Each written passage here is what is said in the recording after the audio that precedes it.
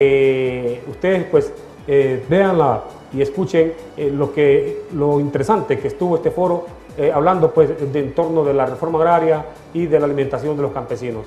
Pero bien, escuchemos a Paulina Bejarano, coordinadora del COCOSH.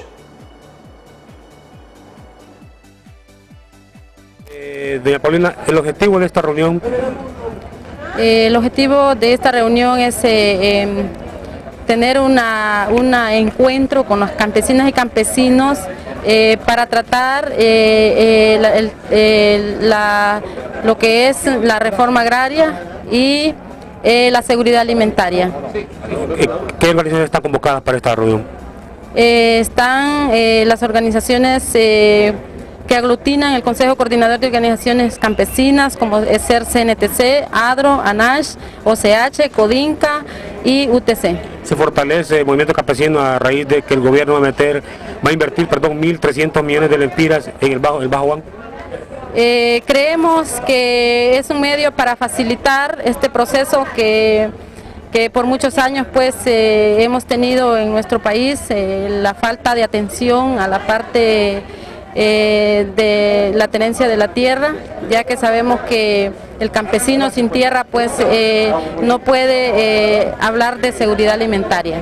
Muchas gracias, Paulina. Ya, escuchamos a la secretaria general de COCOSH, Paulina Bejarano, que en otras cosas, Luis Gerardo, ya hoy se resolvió el problema del Bajo Guán. El presidente Loua ayer pues sábado ya firmó un acuerdo total y hoy comenzaban las movilizaciones de las fincas donde estaban tomadas por parte de los campesinos. Luis Gerardo, buenas tardes. Luis Gerardo, buenas tardes. Buenas tardes, Osman. Buenas tardes a cada uno de nuestros queridos televidentes. Gracias por permitirnos entrar a cada uno de sus hogares y poder transmitirles el día de hoy, domingo el 18 de abril del 2010. Y gracias por estar en la sintonía de Rotativo del Aire Televisión.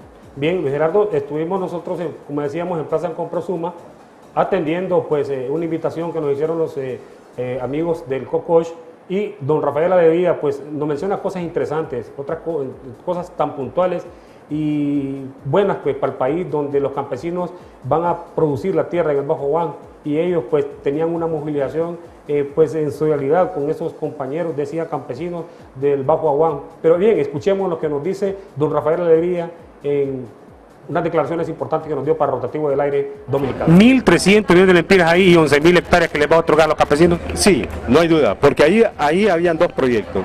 Un proyecto del grupo de poder oligárquico en esa zona que le apostaba a la violencia y al aplastamiento del movimiento campesino de la UAN, y lógicamente el otro proyecto que era de fortalecer la lucha campesina y la reivindicación por la tierra, por la producción, por la productividad. De manera de que, gracias a Dios, llegamos a un acuerdo con el gobierno que nos ayuda pues a resolver, por lo menos, no todo el problema, pero como un respiro, a traer cierto ambiente de trabajo, de tranquilidad, de paz en la zona, y eso nos parece importante. Además, eso ayuda para animar el movimiento campesino en la transformación nacional, en una nueva legislación agraria.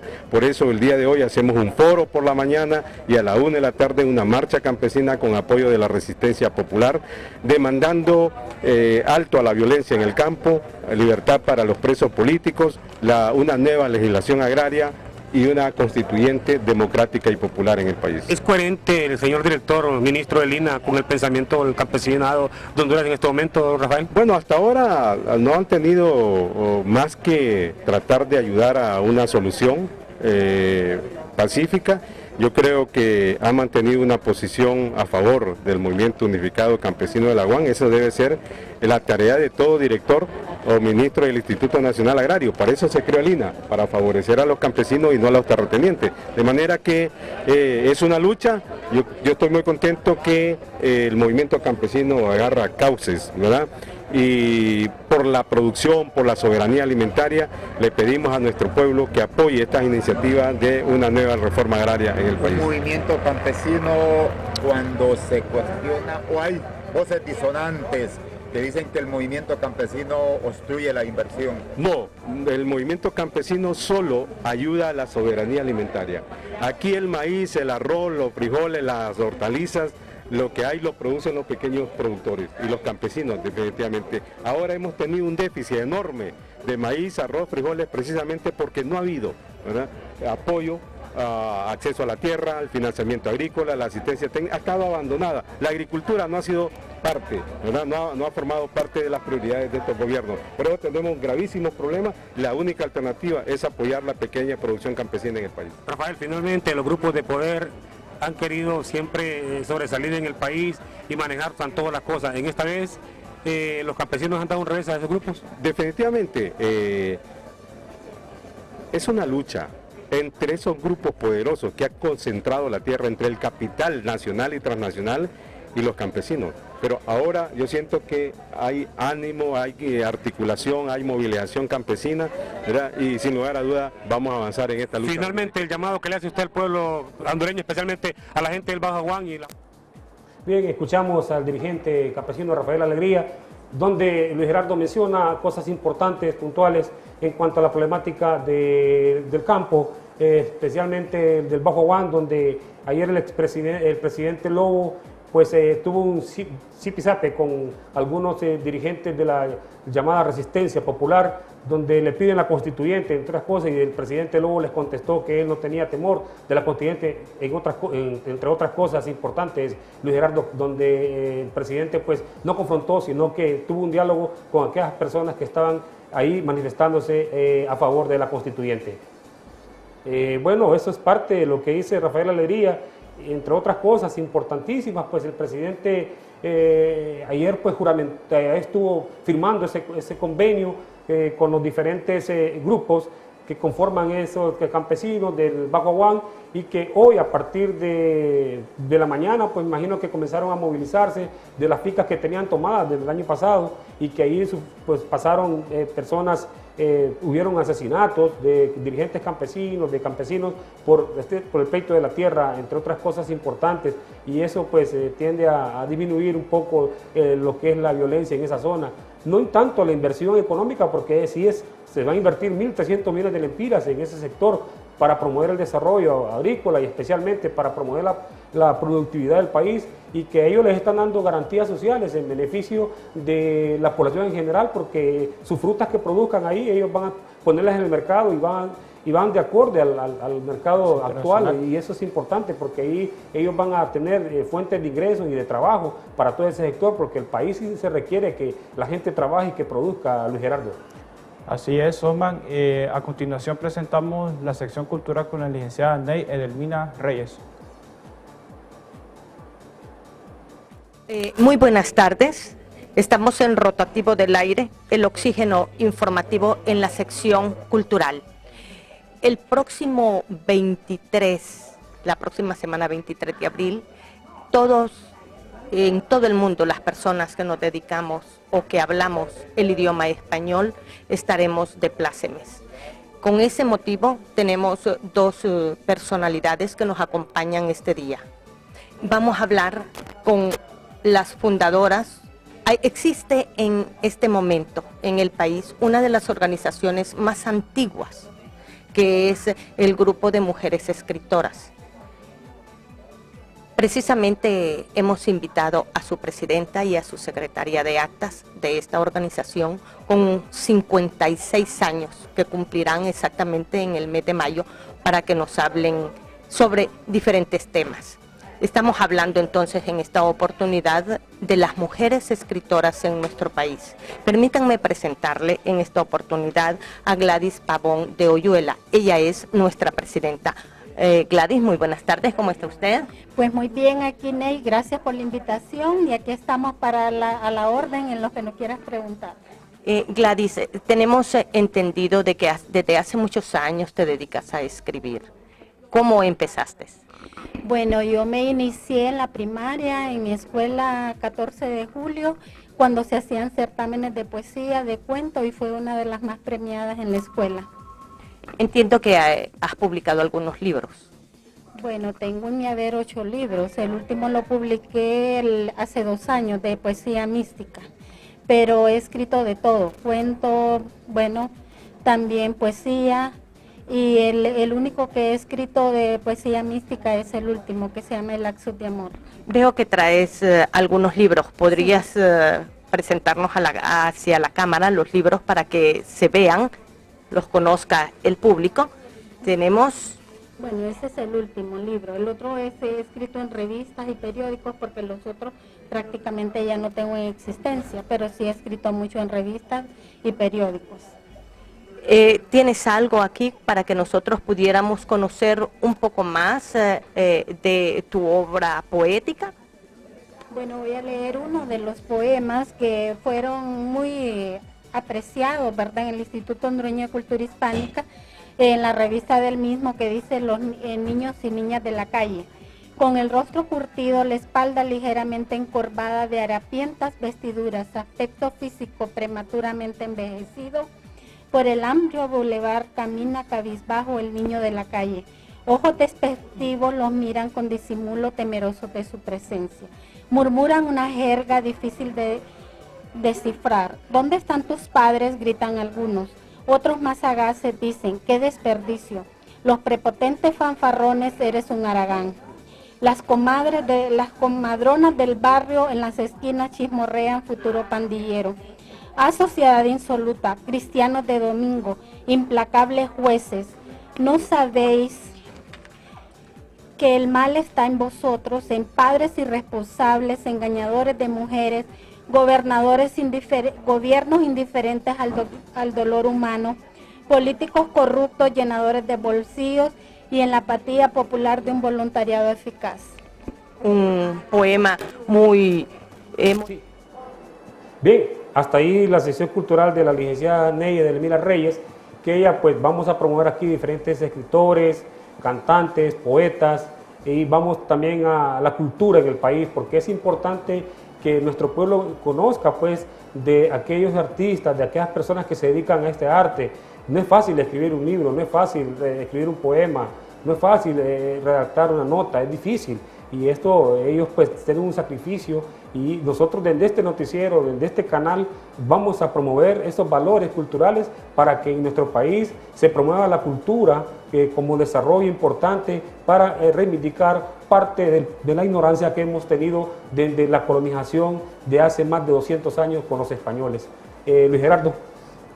Así es, en una visita realizada durante esta semana al Congreso Nacional, pudimos entrevistar para este noticiero rotativo del aire al diputado Mario Tomás Barahona, en el cual nos hace unas declaraciones con respecto a la actitud de algunos diputados con respecto a las órdenes emitidas por el mismo presidente. Escuchemos la declaración. Político que se ha escuchado por muchos de nuestros compañeros diputados, creo que nosotros estamos aquí para legislar por el pueblo hondureño y para ir acabando con estos problemas que siempre se dan del clientelismo político. En mi caso particular, considero que esto más bien es algo que le hace daño a la figura de los diputados, porque los diputados no estamos puestos aquí para andarle consiguiendo trabajo a las personas, sino para dar políticas que puedan cambiar esta nación. Pero entendemos que es algo que hay que cambiarlo con el paso de los años, y en este momento habría que respetar al presidente Lobo. Él es la persona que maneja la política de nuestro país, es nuestro presidente, y él sabrá en qué momento le va a dar los espacios a cada uno de los diputados para que puedan entonces nombrar a las personas que mejor consideren. Pero desde mi punto de vista el diputado tiene que dedicarse a legislar, que esa es la facultad que nosotros tenemos. Se especula que los directores, los ministros, los gerentes no le hacen caso a los diputados, incluso hasta la firma del presidente tampoco. Bueno, yo no podría hablar sobre el caso. A los señores ministros a los cuales en cualquier momento le hemos hecho llamadas siempre nos han atendido. Creo que también los ministros tienen presiones de no solamente de todos los diputados, sino también de los diputados suplentes, más de 256 diputados haciéndoles llamadas, y yo no podría ponerme a defender o a hablar mal de los ministros. Creo que cada quien está haciendo su trabajo. Apenas tenemos sobre 3 meses de gobierno y tenemos que esperar que se desarrolle. Siempre esto es típico de cuando un gobierno comienza. Creemos que dentro de poco tiempo se va a estabilizar todo y vamos a poder continuar de una mejor manera. ¿Comienza el desgasto, el deterioro del presidente Lobo con esta actitud de los diputados? Bueno, el presidente ya es presidente de la República, ya no va a optar a otros espacios. creo que es una persona que es conciliadora, quizás los diputados puedan sentirse de alguna manera afectados, pero el presidente Lobo está dando muestras de liderazgo, como la solución del problema del Bajo Guán, la asociación ahorita con el tema de las motocicletas. Es un presidente que escucha mucho al pueblo hondureño, cada quien tendrá su propia opinión y nosotros respetamos las opiniones de las demás personas. A propósito, el gobierno va a invertir 1.300 millones en el Bajo Guán. ¿Dónde se van a salir esos recursos, diputados? Bueno, nosotros no conocemos, como Congreso Nacional no hemos recibido el proyecto de parte del Ejecutivo. Vamos a tener que esperar cuál es la partida presupuestaria que el señor Presidente de la República va a utilizar para estos recursos, y vamos a tratar como Congreso Nacional poder tener un diálogo correcto para que al final se haga lo que la mayoría diga y no solamente lo que un partido político quiera. ¿Es coherente o va en consonancia con el pensamiento de los diputados las acciones del presidente Lobo, diputado Barahona? Bueno, creo que es un presidente que es soberano. Nosotros como Congreso Nacional somos respetuosos de las posiciones de cada uno de los poderes del Estado, y en mi caso particular yo respeto mucho las decisiones del señor presidente y no podría pronunciarme en contra de ellas. Finalmente, ¿cómo están las acciones dentro de su comisión que usted preside? Bueno, estamos trabajando muy bien, la Comisión de Relaciones Exteriores. Esta próxima semana vamos a El Salvador, el día de mañana una reunión con la gente de Naciones Unidas. La próxima semana, después del viaje de El Salvador, vamos a otro viaje al Parlamento Centroamericano para temas muy puntuales para que Honduras vaya en esa ruta del reconocimiento internacional. Bien, es parte de las declaraciones que nos dijo el diputado Mario Tomás Barahona, donde hace mención de la problemática que existe entre la inconformidad del ala del Partido Nacional con el presidente Lobo. Sus activistas, sus dirigentes no están siendo empleados y ellos están mostrando una actitud inconforme. Notamos en el Congreso, Luis Gerardo, ahí que los diputados del ala del Partido Nacional están incómodos por esta situación, y que la demanda de sus activistas, como es natural en todo gobierno que gana un partido X el poder, tienen derecho a demandar que vengan sus activistas a trabajar. Pero, dicho sea de paso, pues el gobierno está en una situación económica extremadamente difícil, y que el país no cuenta con los recursos para poder pues atender estas demandas de esos activistas, que son miles y millones de nacionalistas que quieren optar a un cargo en la administración pública, pero que el Estado no tiene la capacidad para absorber estas personas para que ocupen un cargo, y aparte de eso también ellos quieren aspirar a cargos y no tienen los requisitos dispensables, porque acuérdense que las personas que andan en el activismo político no tienen un currículo, no tienen un estatus en cuanto a una formación profesional, y los puestos del Estado pues tienen su formación profesional ya directos, y no se puede emplear, por ejemplo, a un conserje para que hable de economía, ¿verdad? No se puede emplear a un motorista para que hable de periodismo, pues, porque no conocen este tema. Tenemos que someternos, lógicamente, a una disciplina, aprender y entendernos parte de esta cuestión. Sí, hay que recordar también de que en esta ocasión se dio de que muchos que aspiran a alguna diputación actualmente son nombrados secretarios de Estado, y de alguna forma los que quedaron en el Congreso son prácticamente los suplentes, y de esto de alguna forma las presiones en ambos lados, tanto desde el Congreso como en las secretarías, existe una presión grande en ese sentido. Y como tú dices, la verdad que sí, es preocupante darse cuenta de que muchas veces ponen a personas jefe de personal en instituciones del Estado, y muchas veces no tienen nada que ver en lo que están ejerciendo. Y esperamos de que esta situación pueda de alguna forma ordenarse, de alguna forma a un procedimiento correcto, porque según lo que analizamos en una clase en la universidad, antes había la parte del servicio civil, que eran contrataciones. No, todavía existe. Todavía existe, ¿va? Sí, lo que pasa es que también eso ha sido politizado, sí, Gerardo, y todo lo que es politizado en este país se hace daño. Históricamente se sabe que las instituciones técnicas, cuando se ha metido el factor político, se han hecho un enorme daño, y cuando se nombran personas que no van de acorde al pensamiento de la institución o van de acorde a los intereses de la institución, lo que tienen más bien es de dañar esa institución, y por lo general quedan saqueadas, te hacen un desorden porque no conocen el manejo o el teje de esa institución. Dicho sea de paso, pues son políticos los que manejan esas instituciones y no son personas que vayan de acuerdo a una formación. En este país, por desgracia, hay que participar en un partido político para optar a un cargo. Me parece que en los países desarrollados por eso es que se ha avanzado, porque allá se someten a concursos y se someten por capacidad para tomar este tipo de cargos, Luis Gerardo. Es como recordamos el famoso dicho, que casa de herrero, cuchilla de palo. Es correcto, es correcto. Muchas veces eso es lo que pasa dentro de la administración pública, que se da ese tipo de situaciones, de irregularidades e incompatibilidades entre los cargos que muchas veces muchas personas optan en las instituciones del Estado. Pero bien, también consultamos a otros diputados y en este pues, consultamos al diputado Marco Antonio Andino y le preguntamos este tipo de cosas y escuchen lo que nos dijo. En el gobierno del expresidente Zelaya y don Roberto Micheletti, cada uno de ellos creen que tienen su propio feudo y que ellos son omnipotentes y que solo le deben obediencia al presidente de la República, y el presidente complace para que esas solicitudes le lleguen directamente a él para que él sea el que haga los favores. Y tengo entendido que en este momento el único que manda y que nombra solo es el presidente Pepe Lobo, y a los diputados igual que siempre, con los currículos en la mano y a pedir por favor que lo reciban y a pedir por favor como mendigos para que ver si pueden colocar sus activistas. A su juicio, comenzó ya el desgaste del presidente del gobierno que preside el presidente Lobo. Claro que sí, acuérdese que las medidas económicas que tomaron aquí, pudiendo haber tomado mejores medidas de compensación sociales y mejores acciones, como por ejemplo grabar de impuesto a las telefonías móviles, celulares que tienen su tope y que no deberían tener su tope, y que deberían solo de ahí deberían de obtener más de 5.000 millones de lempiras. Fuerte impacto a la economía del pobre o de la clase media, Marco Antonio. Es demasiado alto el costo de la economía para la clase media y para la clase baja. Creo que no hay que tratarlos así. Yo creo que no se les debe pagar así después de que fueron a votar por ellos. Ahora se están lamentando muchas personas de haber hecho este tipo de acciones. ¿Se quedó sumisa la bancada del Partido Liberal ante esa acción de haber aprobado ese paquetazo por el licenciado Mondino? Votó en contra y tomamos la decisión de que si no nos daban la palabra, entonces retirarnos, pero siempre mantuvimos parte de la bancada en oposición siempre. Finalmente, licenciado Andino, ¿cómo están los proyectos de decreto por parte de la bancada del Partido Liberal? ¿O si va a ser una posición constructiva en beneficio de la población aquí en el Congreso? Nosotros vamos a apoyar todo aquello que beneficie al país. Estamos claros por el país. El país requiere de la presencia de todos los hondureños, pero vamos a apoyar oposición a aquello que vaya en contra de las clases desposeídas del país. Esa es la posición. Muchas gracias. Bien, escuchamos las declaraciones del diputado Marco Antonio Andino, diputado del Partido Liberal, que como político también se lava las manos. También ellos son responsables de la crisis del país.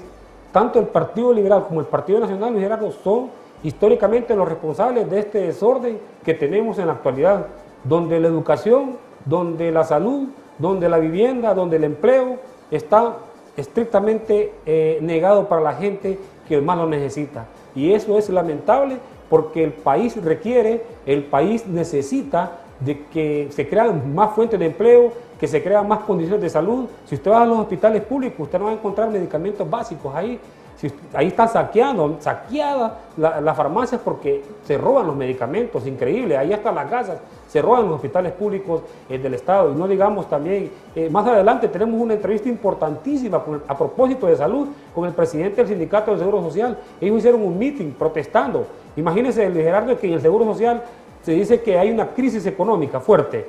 Ajá, y el doctor Mario Zelaya, actual director, dice que tiene austeridad y ha contratado 15 personas con un sueldo, asesores, con un sueldo de 75.000 lempiras mensuales.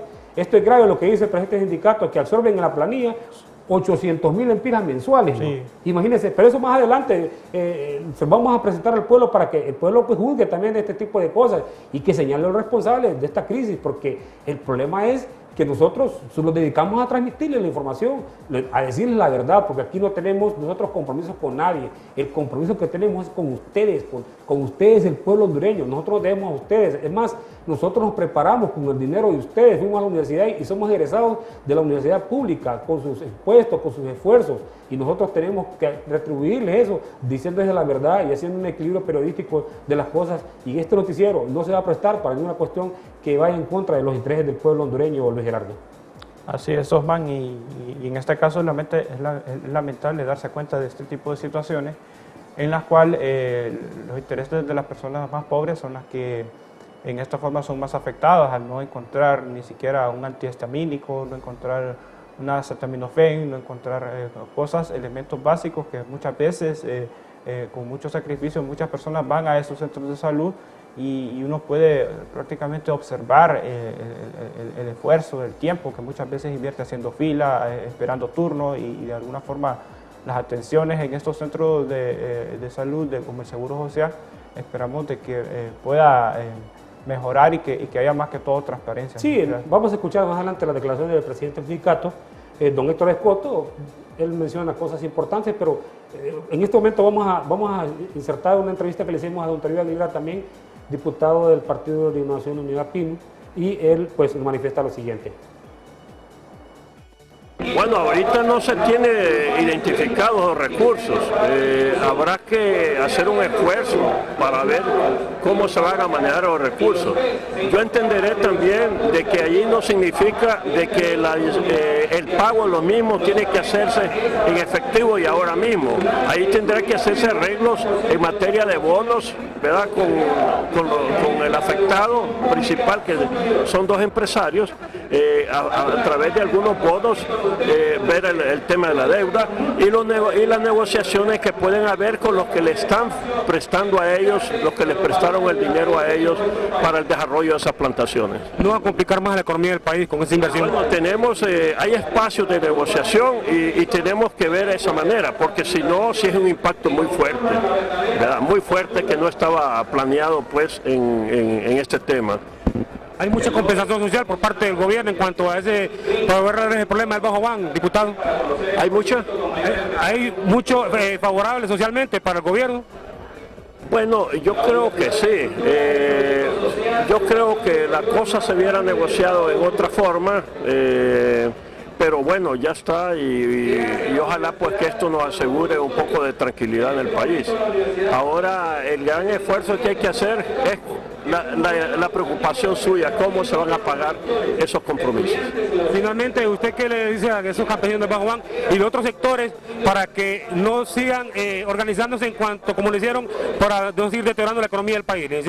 Bueno, esa es la gran preocupación de todos, ¿verdad? Usted ve que esta negociación que hizo el presidente don Pepe Lobo, y lo que obtuvieron los campesinos es mucho más del doble de lo que habían ya negociado con el expresidente Zelaya. Así que sí significa un precedente y yo creo que este año va a ser un año bastante difícil para el sector agrícola, bastante complejo. Ahorita mismo los bancos no están prestando al sector agrícola, precisamente porque ese precedente que se ha dado allá es muy preocupante y es lo que el expresidente Zelaya se cuidó mucho en ese sentido, pero don Pepe pues no hemos entendido la estrategia que él ha seguido. Muchas gracias, diputado. Bien, escuchamos las declaraciones de don Toribio Aguilera, diputado por el PINU. Él pues también muestra preocupación. Este diputado está orientado más a las finanzas de la población, pero también hablamos con otros diputados, entre ellos Marvin Ponce, Yadira Bendaña también, donde manifestaron ellos, Marvin Ponce específicamente, de que los recursos no importa que los saquen porque el pueblo los necesita, y esto yo creo que es correcto, pero no podemos llevar un desorden también de las finanzas del Estado, porque imagínense la crisis que tenemos en este momento, Luis Gerardo. Sí, así es. En una entrevista que realizamos a la diputada Yadira Bendaña, ella no nos da muy en concreto de dónde salen los fondos que se dan destinados para el Bajo Aguán. Pero sí tocamos ese tema de manera puntual y escucharemos las declaraciones. También habla sobre la posición del Partido Liberal acerca del paquetazo fiscal que aplicó el gobierno y acerca de los temas de inseguridad. Pero lo increíble es lo que dice también, antes de que te presentemos a la diputada, me parece a mí que ella está más acomodada a los intereses del partido de gobierno, Luis Gerardo, porque ahí defiende tajantemente la posición que ha tenido el presidente Lobo, que yo no creo, eso no se ve tan mal tampoco, porque yo creo que ese sectarismo lo que ha también atrasado el país, y si hay diputados con otra mentalidad, una mentalidad más abierta para poder generar un diálogo y para buscar puntos coincidentes para que se resuelva la problemática del país, me parece que es bueno esto, que no es malo, pero para los liberales sí lo van a ver mal, ¿verdad? Pero bueno, mejor escuchemos lo que dice las declaraciones que nos dio doña Yadira Bendaña, diputada del Partido Liberal. El problema del Bajo Aguán ya se resolvió, pero tiene un costo económico, 1.300 millones de lempiras. ¿De dónde se van a sacar estos recursos? Esa es la gran pregunta. Pues mire, yo lo que podría rescatar del conflicto del Aguán es que yo considero, desde mi punto de vista muy particular, es que se llegó a un acuerdo favorable.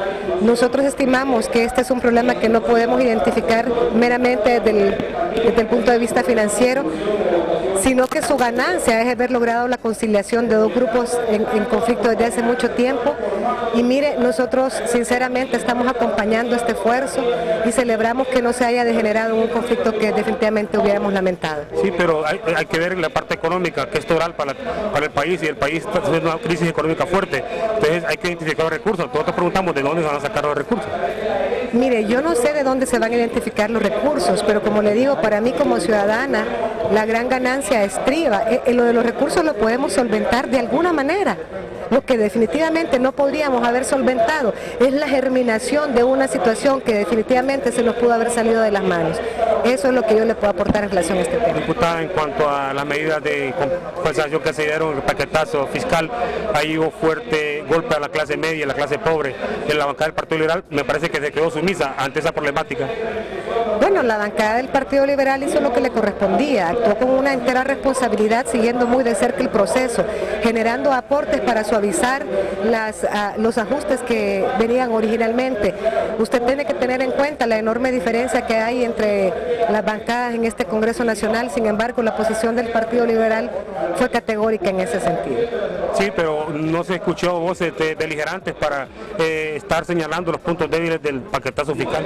El Partido Liberal cumplió con su responsabilidad y lo hizo en una forma consensuada y lo hizo en una forma pensada, y participamos permanentemente en todo ese proceso y creemos que fue una posición digna, y también esperamos pues y lo expresamos enérgicamente. Nosotros lo expresamos, que no aprobábamos este ajuste que se estaba proponiendo en el Congreso Nacional. Expusimos las razones del por qué no lo estábamos acompañando, y también solicitamos enérgicamente que se hiciera una exhaustiva rendición de cuentas de este esfuerzo que definitivamente soportará a la sociedad hondureña en general. Pasando a otro tema, diputada, la país es grave y el Ministerio de Seguridad me parece que queda poco con los crímenes y asesinatos que cometen a diario. El Congreso, a través de usted, de la bancada o de usted, tiene un decreto para que beneficie a la población, para reivindicar lo que es la seguridad del país. Mire, yo no he presentado ningún anteproyecto de esa naturaleza, pero se han hecho algunas presentaciones aquí en el Pleno. Yo lo que le puedo decir es que hay un franco compromiso de parte de este Congreso Nacional para coadyuvar en el esfuerzo en la búsqueda de soluciones para este problema, que sin duda alguna reconocemos como prioritario para el país. Y como usted ha seguido de cerca en todo este proceso, pues se han sostenido constantes reuniones. Hoy se suscribió un importante convenio con el gobierno de los Estados Unidos, y así confiamos también en que esto pueda redundar en esa seguridad anhelada que toda la población está demandando. Parte de lo que nos dijo la diputada Yadira Bendaña, Luis Gerardo, me parece de que es importante señalar que muestra como una conformidad, ¿verdad? Como que está de acuerdo con todo lo que está pasando, y siento una simpleza de esa honorable diputada del Partido Liberal. Y aparte de eso, Luis Gerardo, una apatía pues de la problemática actual que está sucediendo en el país. Aquí la delincuencia cada día más se cobra más víctimas, se cobra más mujeres, más niños, más jóvenes, más adultos, más ancianos, y el Ministerio de Seguridad pues con los pocos recursos que tiene pues cuenta y hace lo que puede, pero aquí el esfuerzo tiene que ser en conjunto, y yo siento que es muy simple las declaraciones en cuanto a este tema que es álgido, que es importante, que es toral, que los diputados, las autoridades pues la tomen en cuenta para que cambie este esquema, porque no podemos seguir con el mismo ritmo de asesinatos que tiene actualmente la población. Sí, la verdad que recordemos también de que el Congreso Nacional tiene la obligación de parte del Estado de hacer leyes que realmente puedan castigar fuertemente a todos los agresores. Es lamentable darse cuenta de tantas violaciones a niñas, de padres violando a sus hijas que quedan embarazadas. Y la verdad que esto es obviamente preocupante, y los diputados que están en el Congreso muchas veces tienen que tener las iniciativas de ley para reformar esa ley penal y muchas cosas que se podrían hacer. Pero es que también hay que pedirle mucho a nuestros diputados, ¿verdad? Sabemos la formación que tienen ellos, sabemos que no es menospreciando tampoco, ¿verdad?, la capacidad intelectual de las personas, ¿no?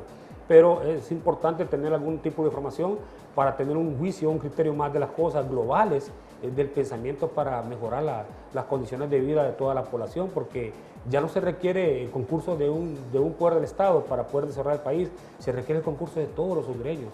Necesitamos que todos hagamos un solo nudo para sacar adelante Honduras, que Honduras en este momento, hoy, 18 de abril del año 2010, este país está dividido todavía. Hay un grupo de resistencia, hay un grupo de las camisas blancas, y eso está marcado. Y bueno, muestro un botón, imagínense el nombramiento que se dio también del embajador de la ONU, pues la hija del expresidente Flores Facusé, que pues ese señor, pues expresidente de Honduras, fue uno de los principales promotores del golpe de Estado del pasado 28 de junio. Pero otra cosa importante que tenemos también, que Honduras, imagínense, Gerardo, cómo estamos de grave internacionalmente, por eso no recuperamos la confianza de los países que nos han ayudado históricamente a nosotros, los hondureños. Fíjense que somos el tercer país de violar los derechos humanos, ¿no? Y sí, somos el tercer país. O sea que es lamentable, es grave. Y don Ramón Custodio, como comisionado de derechos humanos, me parece que se ha quedado pero bien corto, y que el pensamiento de don Ramón Custodio se ha venido deteriorando a medida de que él pues se prestó también para promover ese famoso golpe de Estado del pasado 28 de junio, Luis Gerardo. Sí, la verdad que en cuanto a materia de derechos humanos hemos podido observar de que los asesinatos se dan en todos los niveles, en todas las edades y en todas las profesiones, tanto abogados como periodistas han sido fuertemente afectados desde ese punto de vista por las amenazas, por el sicariato, por el crimen organizado. Por todo ese entorno. Por todos los sectores, sí. Y la verdad que en ninguna parte del país se puede estar seguro. No, nadie está seguro. Aquí nadie está seguro. Aquí usted sale de su casa y no sabe si va a regresar. Sí. Así de sencillo, ¿no? Y lo matan a la vuelta de la esquina, y la gente más bien, en vez de solidarizarse, sale corriendo porque tienen temor. La población tiene un temor horrible, que piensan que a la vuelta de la esquina los van a asesinar o los van a asaltar, ¿no? Pero bien, escuchemos las declaraciones que nos dio el diputado también de la UD, Marvin Ponce. Muy interesante lo que dice Marvin Ponce, pero escuchemos lo que nos dice don Marvin Ponce. Bueno, lo importante es que se ha solventado, se ha recuperado una zona agraria que históricamente el gobierno convirtió al Bajo Aguán en la capital de la reforma agraria de los años 70. La reforma agraria es un proceso importante de desarrollo del país que tiende a eliminar el latifundio y el minifundio.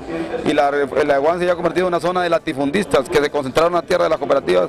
Se ha recuperado mediante la lucha del movimiento indicado de campesinos de la Aguán. Se ha generado una lucha organizada de más de 12 años de peticiones de los campesinos por recuperar sus tierras, y ya se ha llegado a la conclusión de que hay que solventar este conflicto. Y si se van a invertir 1.300 millones de lempiras en producción y en generación de empleo y desarrollo de la zona, nos parece que el Estado tendrá que ver dónde van a salir.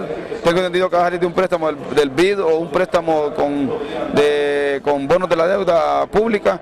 Lo importante es que se va a solventar un conflicto, que se va a trasladar tierra a los campesinos, y que las tierras que están incultas ilegalmente en propiedad de don Miguel Facusé van a pasar nuevamente a ser zonas productivas a favor de los campesinos. ¿Cuántos campesinos se benefician de esa decisión del gobierno, Marvin? 3.500 familias, 20.000 personas, y indirectamente con los que van a trabajar acompañando a los campesinos serían casi unas 60.000 personas de la zona de la Aguán que se van a ver beneficiadas con este desarrollo. Bien, hasta ahí pues parte de las declaraciones de don Marvin Ponce. Es importante, se van a beneficiar 3.000 familias del problema del Bajo Aguán. Me parece que es muy interesante esa noticia, y ahí va a generar empleo, va a generar confianza, va a generar riqueza pues a la gente que más se necesita, a la gente que trabaja, la gente que se dedica a producir, que es lo que tienen el mérito, Luis Gerardo, para que estén en mejores condiciones, con trabajo digno, con soluciones de salud, de educación. Ellos van a tener alternativas sociales y condiciones para poder mercadear sus productos que van a sacar de esa zona del Bajo Aguán, estrictamente, que creo que es el banano, que es el fuerte, donde de ahí se genera una gran cantidad de recursos, Luis Gerardo. Vamos a otro tema importante, Luis Gerardo. Decíamos al inicio del programa de que entrevistamos al presidente del sindicato del Seguro Social, don Héctor Escoto, donde nos mencionó cosas interesantísimas. Dice que el actual director, el doctor Mario Zelaya, contrató 15 personas a un sueldo de 75.000 lempiras mensuales como asesores, y que esa planilla simplemente absorbe, sencillamente, Luis Gerardo, 800.000 lempiras mensuales, y que la población del Seguro Social, los derechos habientes, no tienen ningún tipo de medicamento en las farmacias y con las licitaciones que supuestamente se están haciendo públicas, ahí va a solventar la problemática del seguro. Yo creo que va mucho más allá. Pero mejor escuchemos lo que dice don Héctor Escoto, presidente del CITRAIS, porque fuimos también a tratar de recoger las declaraciones del director de Seguro Social y él no estaba nada por la ciudad de San Pedro Sula. Pero bien, escuchemos lo que nos dice don Héctor Escoto, que nosotros vamos a visitar al director al director de Seguro Social para tomar las declaraciones y de hacerle ver de esta inconformidad que tiene el sindicato. Pero escuchemos lo que nos dice don